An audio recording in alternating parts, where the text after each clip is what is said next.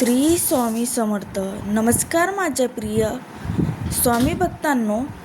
येणारा प्रत्येक नवीन दिवस तुमच्या आणि तुमच्या संपूर्ण परिवारासाठी अत्यंत सुखाचा, समृद्धीचा, उत्तम आरोग्याचा आणि अथांग आनंदाचा जावो. हीच मी ब्रह्मांड नायक अक्कलकोटी निवासी श्री स्वामी समर्थच्या पवित्र आणि मंगल चरणी मनापासून प्रार्थना करतो. आज आपण एक अशा गंभीर विषयावर सविस्तर चर्चा करणार आहोत की ज्या विषयामुळे आज कित्येक घरातले आई वडील आणि तरुण पिढी प्रचंड चिंतेत आणि मानसिक तणावाखाली जगते आहे. तो विषय म्हणजे मुलामुलींचा. विवाह जुळण्यात येणारे अनंत अडथळे आणि लग्न ठरण्यात होणारा कमालीचा उशीर. आजकालच्या या आधुनिक युगात आपण पाहतो की कित्येक ठिकाणी सर्व काही अगदी परिपूर्ण असूनही मुलगा दिसायला उत्तम असतो, त्यांची नोकरी किंवा व्यवसाय चांगला असतो, घरदार कुटुंब असतं किंवा मुलीच्या बाबतीतही सर्व गोष्टी योग्य असतात, तरीही अगदी शेवटच्या क्षणी येऊन काही ना काही कारणाने लग्न मोडते किंवा बोलणी पुढे सरकते नाही. जेव्हा वय निघून चाललेलं असतं तेव्हा शेजारी पाजारी, नातेवाईक आणि समाजातले लोक सतत वेगवेगळ्या प्रकारचे प्रश्न विचारतात. खोचके टोमणे मारून आईवडिलांचे मन अजूनही दुखवतात, ज्यामुळे अनेक पालकांनी रात्रीची झोप लागत नाही आणि सतत मनात एकच काळजी पोखरत असते की आपल्या मुलामुलींचं संसार कधी उभं राहणार. पण माझ्या स्वामी भक्तांनो, आता मनातून सर्व प्रकारची चिंता, भीती आणि निराश पूर्णपणे काढून टाका. कारण अनंत कोटी ब्रह्मांड नायक श्री स्वामी समर्थ अखंड आणि दिव्य कृपा आपल्या पाठीशी सदैव सावलीसारखा उभा आहे. आज मी तुम्हाला शास्त्रधारित आणि अनेक भक्तांनी स्वतः अनुभवलेले असा एक अत्यंत चमत्कारी, प्रभावी आणि सिद्ध उपाय सांगणार आहेत. त्यांच्या अचूक पालनाने विवाहाच्या मार्गातील सर्व प्रकारचे ग्रह दोष, वास्तुदोष किंवा इतर नकारात्मक शक्तीचे अडथळे अवघ्या 21 दिवस नष्ट होतील. आणि ज्या लोकांना आधी तुमच्या मुलामुलींना नकार दिला होता, तेच लोक स्वतःहून अत्यंत आदराने तुमच्या घरी लग्नाची मागणी घेऊन येतील. एवढा दृढ विश्वास मी तुम्हाला सांगतो. हा उपाय करण्यासाठी तुम्हाला कोणतेही तांत्रिककडे जाण्याची गरज नाही, घराबाहेर कुठे भटकण्याची गरज नाही की हजारो रुपयाचा मोठा आर्थिक खर्च करण्याची अजिबात आवश्यकता नाही. हा विधी तुम्ही तुमच्या घरात बसून अत्यंत सोप्या पद्धतीने आणि शांत चित्तेने करू शकता. फक्त यासाठी गरज आहे ती म्हणजे स्वामीवर असणाऱ्या तुमच्या अचल श्रद्धेची आणि अखंड विश्वासाची.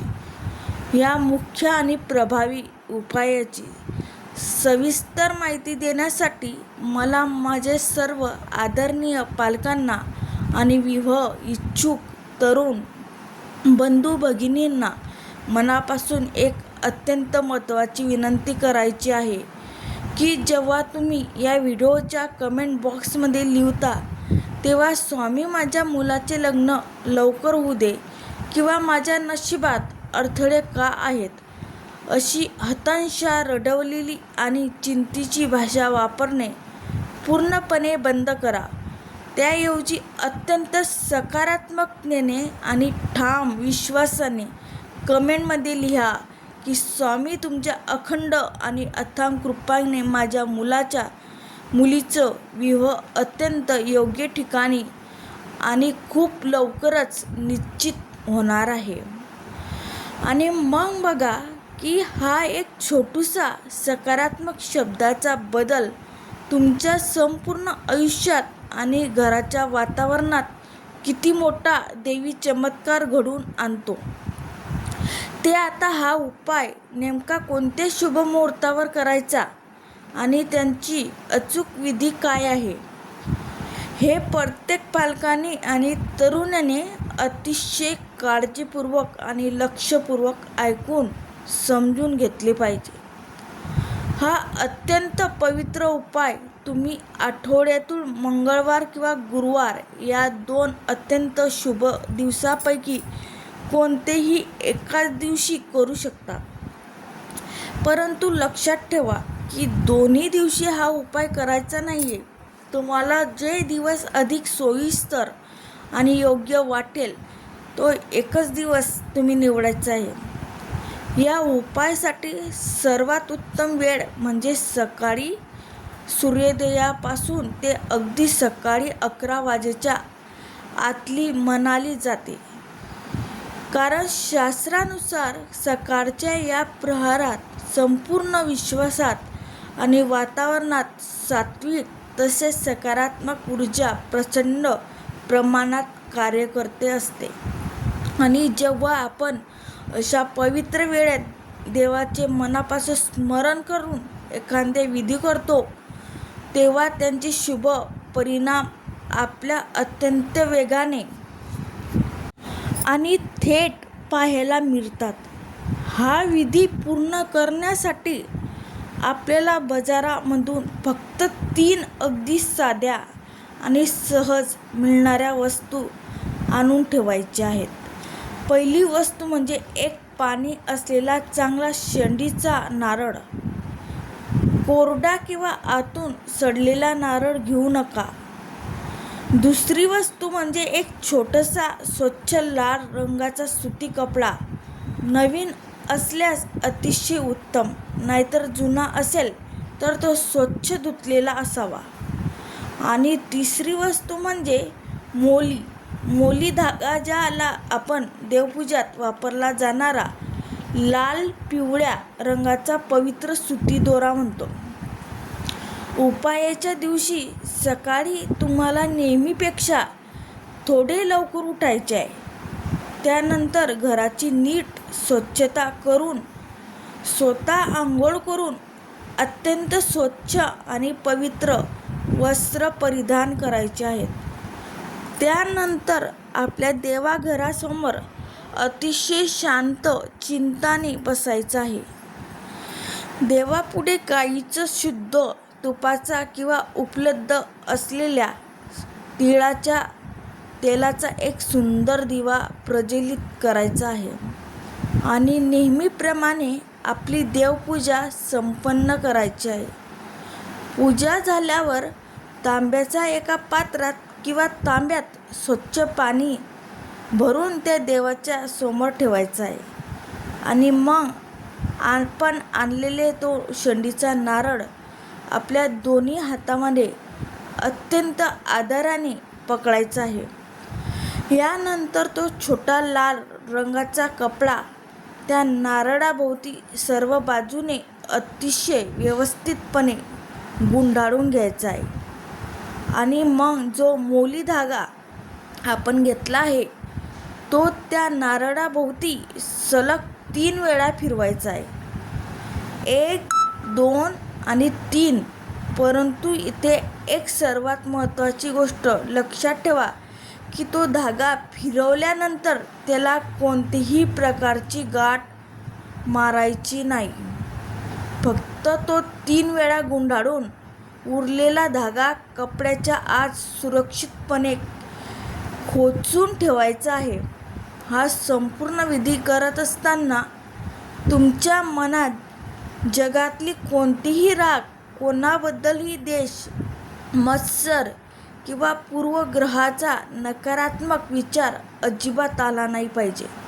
कारण कोणतीही देवपूजा किंवा उपाय हा जेव्हा निर्मळ मनाने आणि पूर्ण श्रद्धाने केला जातो तेव्हाच त्याला देव पावतो. आणि त्यांचे फळ मिळते.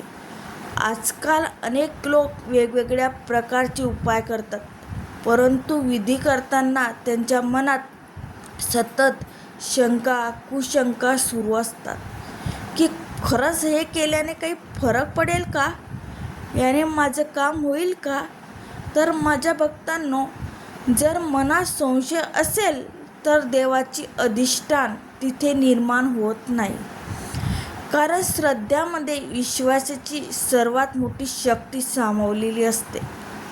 आणि जेव्हा तुम्ही तुमचे मन पूर्णपणे रिकामे करून स्वामीचरणी अर्पण करता, तेव्हा स्वामी तुमची हाक कधीच रिकामी जाऊ देत नाही. हा नारळाचा विधी पूर्ण झाल्यावर तो नारळ तुम्हाला तुमच्या देवघरात किंवा घरातल्या अशा कोणतेही सुरक्षित ठिकाणी ठेवायचा आहे, जिथे बाहेरून येणाऱ्या कोणतेही अनोळखी किंवा तिसऱ्या व्यक्तीची नजर त्यांच्यावर पडणार नाही. काही लोक हा नारळ देवघराच्या पाठीमागे ठेवतात, काही जण आपल्या वैयक्तिक कपाटात सुरक्षित ठेवतात, तर काही जण घराच्या ईशान्य कोपऱ्यात ठेवतात. तुम्ही तुमच्या सोयीनुसार तो लपवून ठेवा, कारण हा गुप्त उपाय आहे आणि जो जितकं शांततेत राहील तितका त्यांचा प्रभाव अधिक वाढतो. आता या उपायाचा एक सर्वात महत्त्वाचा आणि कडक नियम जो तुम्हाला पाळायचा आहे, तो नीट ऐका की ज्या दिवशी तुम्ही हा नारळाचा उपाय कराल, त्या संपूर्ण दिवशी तुम्हाला तुमच्या आहारात कोणतेही स्वरूपात मीठ खायचं नाही आहे. म्हणजेच त्या दिवशी तुम्हाला पूर्णपणे अळणी जेवण करायचं आहे. बाकी कोणतेही कठीण उपवास करण्याची किंवा दिवसभर उपाशी राहण्याची गरज नाही आहे. तसेच कोणतेही कठीण मंत्र जपही करायची नाही. फक्त पूर्ण दिवस आहारात मीठ टाळायचं आहे आणि मनातल्या मनात श्री स्वामी समर्थ या मंत्राचा सतत नामस्मरण आणि गजर करत राहायचं आहे. या मुख्य उपायासोबतच ज्या तरुण मुलामुलीचं लग्न अगदी ठरत आलेले असताना अचानक तुटते किंवा खूप चांगली स्थळे येऊनही सुद्धा काही जुळत नाही, अशा लोकांसाठी विवाहाचा कारक मानल्या जाणाऱ्या गुरुग्रहाला अत्यंत बलवान आणि मजबूत बनवणारा आणखी एक अतिशय सोपा जोड उपाय मी तुम्हाला सांगतो. कोणतेही ऐका. शुभ गुरुवारी सकाळी आंघोळ झाल्यावर एक छोट्या पिवळ्या रंगाच्या कपड्यात किंवा उपलब्ध नसलेले लाल रंगाच्या धाग्यात एक अख्खे उभे हळकुंडाचे तुकडे व्यवस्थित गुंडाळायचा आहे. हा हळदीचा उपाय तयार झाल्यावर जर मुलगा असेल तर त्यांना ते हडकून आपल्या खिशाच्या पाकिटात ठेवावे आणि जर मुलगी असेल तर तिने आपल्या पर्समध्ये किंवा नेहमी आपल्या शरीराच्या जवळ राहील अशा पद्धतीने सोबत बाळगावे. शास्त्रात हळदीला अत्यंत पवित्र आणि सकारात्मक ऊर्जा आकर्षित करणारी वनस्पती मानली गेली आहे. तसंच हळदीचा थेट संबंध देवगुरु बृहस्पती म्हणजेच गुरुग्रहाशी असतो, ज्यामुळे हा छोटासा उपाय तुमच्या कुंडलीत विवाह योगाला प्रचंड गती देतो. आणि प्रत्येक तरुणांना हा उपाय नंतर अवघ्या काही दिवसात अत्यंत उत्तम स्थळे चालून आल्याचे वैयक्तिक अनुभव आले आहेत. माझ्या प्रिय स्वामी भक्तांनो, लग्न हा दोन जीवाचा आणि दोन वेगवेगळ्या कुटुंबाचा आयुष्यभराचा पवित्र बंध असतो. त्यामुळे केवळ वय वाढत चाललं आहे किंवा समाजाच्या भीतीने घाईघाईत कोणतीही चुकीचा निर्णय घेऊ नका. विवाहासाठी थोडा उशीर झाला तरी चालेल, परंतु समोरची व्यक्ती आणि तिचा विचार तुमच्यासाठी योग्य असणे अत्यंत गरजेचं आहे. या उपायाबद्दल आणखी एक महत्त्वाची गोष्ट म्हणजे हा विधी केल्यानंतर मी असा उपाय केला आहे असं शेजाऱ्यांना किंवा नातेवाईकांना सांगत सुटू नका. कारण काही गोष्टी जितके गुप्त आणि शांततेत केल्या जातात तितके त्यांची देवी शक्ती आणि प्रभाव तुमच्या घरात अधिक पटीने वाढतो. म्हणूनच स्वामीवर पूर्ण विश्वास ठेवून स्वतःला शांत ठेवा. जेव्हा स्वामीचे आशीर्वादाने तुमच्या घरात विवाहाचा शुभ योग येईल, लग्न अत्यंत आनंदाने निश्चित होईल आणि घरात सणी चौघडे वाजतील, तेव्हा ते देवघरात ठेवलेले नारळ अत्यंत आदराने दोन्ही हातात घेऊन स्वामीचे मनापासून कृतज्ञतापूर्वक आभार माना आणि त्यानंतर तो नारळ स्वामीच्या जवळच्या मठात नेऊन अर्पण करा किंवा जवळच्या असलेल्या एखाद्या पवित्र वाहत्या नदीच्या पाण्यात विसर्जित करा.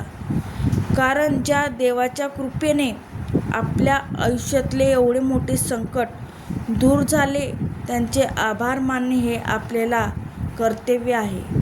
शेवटी मी तुम्हाला एकच मौल्यवान गोष्ट सांगू इच्छितो की विवाह हा सर्वस्वी देवाच्या दरबारातून ठरून येणारी एक अद्भुत योग असतो.